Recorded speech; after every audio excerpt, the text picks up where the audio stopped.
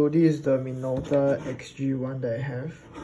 So there's a question on how to, is it like only the meter will work on A mode?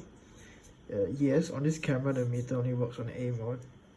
However, I realized that you can actually compensate the EV, the exposure, the EV mode by having like plus or plus 2 or -1 and -2 mode by actually adjusting this. So when the A is on +1 means that you're actually overexposing by 1 stop, and you can do 2 stops. Then when the A is actually -1, though should actually like change the modes after you put A, it's actually locked already. So you need to press here to engage it to other like plus or minus EVs. So when A is -2, that means it's -2 stops. So